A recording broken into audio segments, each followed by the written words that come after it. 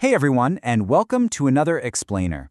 Today we're doing something really fascinating. We are taking a pretty complex, multi-layered source text and breaking it down into a clear visual journey. The text we're looking at is a spiritual philosophy piece from 2014 called The Departure Speech for the Second Stage of Lifechanyuan, written by Xu Feng. I'll be acting as your impartial guide today, essentially just unpacking the intricate worldview that's presented here. We're going to explore the author's highly detailed framework for spiritual transformation, specifically how the text maps out shedding the secular world to reach an elevated state of consciousness. It's a dense read, it's poetic, and honestly, it's a pretty mystical roadmap. So, let's get into it. Okay, let's dive right into this. Literally right at the beginning of the text, we get hit with this super powerful foundational concept.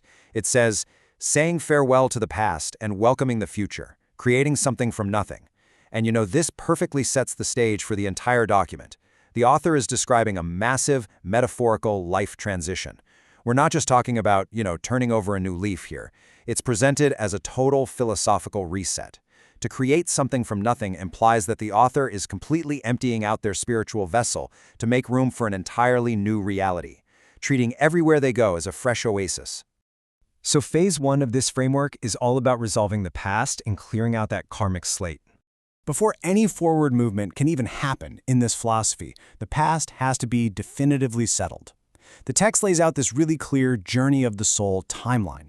In the author's view, you absolutely cannot reach the future, which is described here as ascending to the celestial islands, without first dealing with the past and the present. So the past is all about paying debts and resolving karma. Then the present is the active phase of cutting ties and starting completely from scratch. Only by hitting these steps in exact order can the soul actually progress. It is a highly structured, almost mechanical view of spiritual evolution.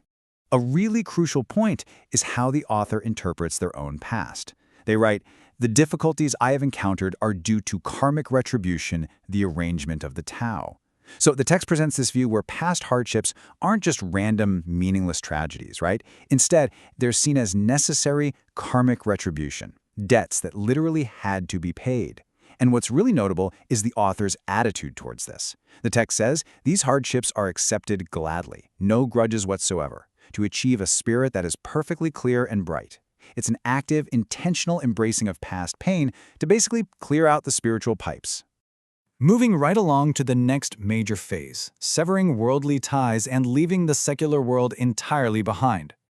Once that past is fully resolved, the text shifts into the active present moment, which is the shedding of worldly desires.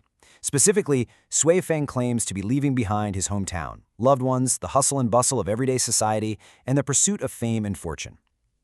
Now, the reasoning the text provides for this is actually really specific. The author claims to originally be a celestial being, a Buddha, totally untainted by worldly emotions. And according to the source, descending into the mortal world wasn't a personal choice, it was a direct decree of the heavenly Tao. Because of that celestial origin, cutting these deep earthly ties, even ties to family and loved ones, is presented as just a necessary return to his true, untethered nature. And this brilliantly illustrates the stark dichotomy at the heart of this entire philosophy. The text draws a razor-sharp line right between two completely different realms.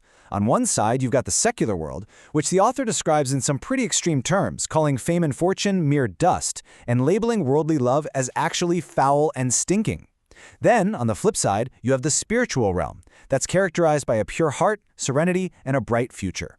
The author essentially states that they've already experienced everything the secular world desires, and they just have zero interest in lingering in its hustle and bustle anymore. This actually brings up a pretty fascinating point of reflection for us.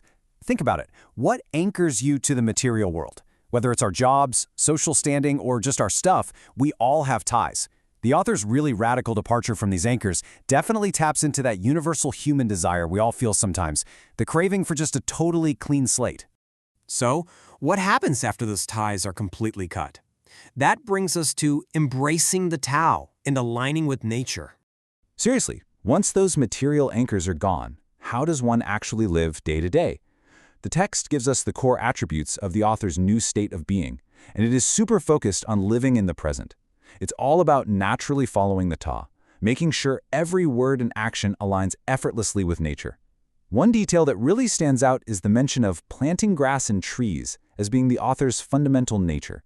In this worldview, living simply among flowers and finding joy in the quiet of a new beginning is what allows the spiritual essence to endure.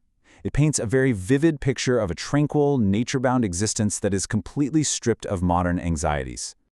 Now we shift gears quite a bit to look at the mechanics of creation, or how the cosmos operates within this framework. This is where our explainer moves from earthly tranquility into the deeply mystical concepts of reality. We hit what is probably the most poetic line in the whole document. Spreading a palm full of sand, green trees emerge. Holograph gives birth to the heart, and mysteries abound. For us analyzing the text, this is a massive metaphor. It points to a worldview where physical reality is incredibly fluid. The idea that a palm full of sand can instantly yield green trees implies that in this elevated spiritual state, your internal mental condition, your consciousness, or your heart directly shapes and births the physical reality around you. It's wild stuff. Now, what's really interesting about this slide is how the text takes all that abstract, mystical poetry we just talked about and breaks it down into a surprisingly clear three-step formula for cosmic creation. Step 1, consciousness proceeds. Step 2, structures emerge. Step 3, energy follows. So according to Shofeng's philosophy, absolutely everything starts with the mind. Once the consciousness is set, the physical or metaphysical structures naturally manifest, and then finally, the energy flows right into those structures to bring them to life. It's a fascinating, highly structured view of how the universe is essentially an endless, majestic game driven entirely by pure consciousness. Which leads us to the final stage of our explainer, the journey to eternity and the celestial islands. We have officially arrived at the ultimate destination of this ethereal journey.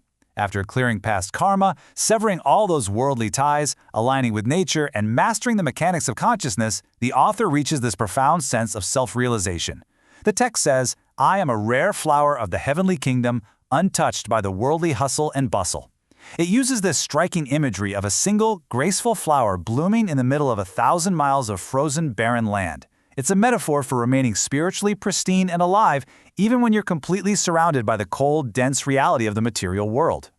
And that brings us to the text's incredibly serene conclusion. The author states that the entire journey of human life is ultimately just a fleeting illusion passing quickly by.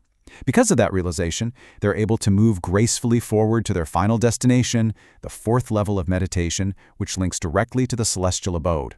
By the end of the document, the celestial islands, which is the ultimate spiritual paradise in this whole framework, aren't a distant dream anymore. They are finally right in sight. So we've explored a pretty massive philosophical roadmap today, going from karmic debt all the way to those celestial islands. But I want to leave you with a final thought derived straight from the source material.